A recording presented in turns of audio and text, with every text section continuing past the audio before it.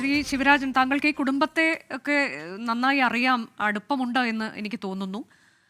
ഇപ്പോൾ അമ്മ നാളെ എത്തുമെന്ന് പറയുകയാണല്ലേ? നാളെ എപ്പോഴായിരിക്കും അമ്മ എത്തുക? അതിലൊക്കെ കുറച്ചുകൂടി വ്യക്തതയോടെ താങ്കൾക്ക് അറിയാമോ?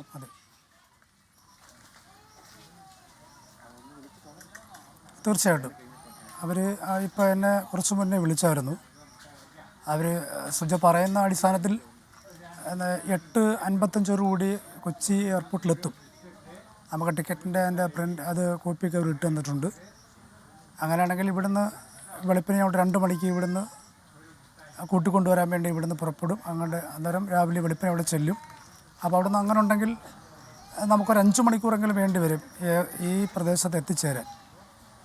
അപ്പോൾ അതുകൊണ്ട് ആ 2 മണിയോടുകൂടി ഉച്ചയ്ക്ക് ഇവിടെ എത്തിച്ചേരുകയും 4 മണിയോടുകൂടി നമുക്ക് വീട്ടിലെ ചടങ്ങുകൾ തുടങ്ങാൻ പറ്റും. 5 മണിക്കോടുകൂടി എല്ലാം പൂർത്തീകരിക്കാം. അപ്പോൾ അതിന് മുമ്പ് ഒരു 10:30 ശാസ്താംകോട്ട ഹോസ്പിറ്റലിൽ നിന്നും കുഞ്ഞിൻ്റെ മൃതശരീരം നമ്മളവിടുത്ത് പഠിച്ച സ്കൂളിൽ കൊണ്ടുപോയി അവിടെ പൊതുദർശനത്തിന് വച്ചതിന് ശേഷം 12 മണിയോടുകൂടി നമുക്ക് വീട്ടിൽ കൊണ്ടുവരാൻ കഴിയും. കുട്ടിയുടെ പിന്നെ അവരുടെ വീട്ടുവളപ്പിൽ തന്നെയാണ് നമ്മൾ എൻ്റെ മറ്റു കർമ്മങ്ങളെല്ലാം ചെയ്യുവാൻ തീരുമാനിച്ചിട്ടുള്ളത്. അപ്പം 5 എന്തായാലും ചടങ്ങുകളെല്ലാം പൂർത്തീകരിക്കാൻ പറ്റുന്നതാണ്. ഇനിയില്ല എന്നുള്ളത് അമ്മ അറിഞ്ഞു, ക്രമീകരിച്ച രീതിയിൽ ചെയ്യാൻ കഴിയുന്നത്. അമ്മയോട് നമുക്ക് പറയാതിരിക്കാൻ നിർവാഹമില്ലായിരുന്നു. കാര്യം എന്ന് പറഞ്ഞാൽ ഇത് ഹോം നേഴ്സായിട്ടാണ് പോയത്. കുവൈറ്റിലായിരുന്നു പോയത്. അവിടെ വെക്കേഷൻ സമയത്തിൻ്റെ പേരിൽ അവിടുന്ന് അവർ തുർക്കിക്ക് പോവുകയും കൂടെ ഈ പെൺകുട്ടിയും കൂടെ കൊണ്ടുപോവുകയാണ് ആ ഫാമിലി ചെയ്തത്.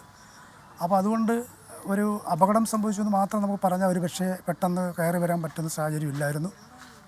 അപ്പോൾ അതുകൊണ്ട് തന്നെ നമ്മൾ ആ സ്പോൺസറിൻ്റെ അടുത്ത് നമ്മൾ കാര്യങ്ങൾ പറഞ്ഞു, ഇങ്ങനെയാണെന്ന് പറയുകയും അപ്പോൾ തന്നെ അവർ എനിക്ക് തോന്നുന്നു നല്ലൊരു ഫാമിലിയാണെന്ന് അന്നേരം തന്നെ ആ മേഡം ഭയങ്കരമായിട്ട് കരയുകയാണ് ചെയ്തത്. അപ്പോൾ അത് ശ്രുതിക്ക് പൂർണ്ണമായി അന്നേരം മനസ്സിലായി എൻ്റെ മകൻ എന്തോ സംഭവിച്ചു എന്നുള്ള കാര്യം. പിന്നെ എന്നെ വിളിച്ചു, കാര്യങ്ങൾ എന്തായാലും വ്യക്തമായിട്ട് പറ, എന്തായാലും ഞാനത് പിന്നെ ബോധ്യപ്പെട്ടില്ല പറ്റത്തോളം എന്ന് പറഞ്ഞ അടിസ്ഥാനത്തിൽ പിന്നെ നമ്മൾ കാര്യം അമ്മയോട് പറയാനുണ്ടായത്. അത് ശരിക്കും ശ്രുതിക്ക് നല്ല മാനസിക വിഷമം ഉണ്ടായി എന്നുള്ളത് നമുക്ക് തീർച്ചയായിട്ടും മനസ്സിലാക്കാൻ പറ്റും. പക്ഷേ എങ്കിലും അത് പറയാതിരുന്നാൽ നമുക്ക് നടപടികൾ ഇങ്ങോട്ട് വരുന്നതിനുള്ളത് ഒരു പക്ഷേ തടസ്സമായാലോ എന്ന് നമുക്ക് സംശയമുണ്ട്. അതുകൊണ്ടാണ് വളരെ നിർധനരായ കുടുംബമാണ് വീട്. എനിക്ക് തോന്നുന്നത് ശരിയാണോ എന്ന് എനിക്കറിയില്ല, തെറ്റാണെങ്കിൽ താങ്കൾക്ക് തിരുത്താം. ലൈഫ് പദ്ധതിയിലൊക്കെ വീടിന് ശ്രമിച്ചിട്ടത് കിട്ടാതെ പോയൊരു സാഹചര്യമൊക്കെ ഉണ്ടായിരുന്നോ?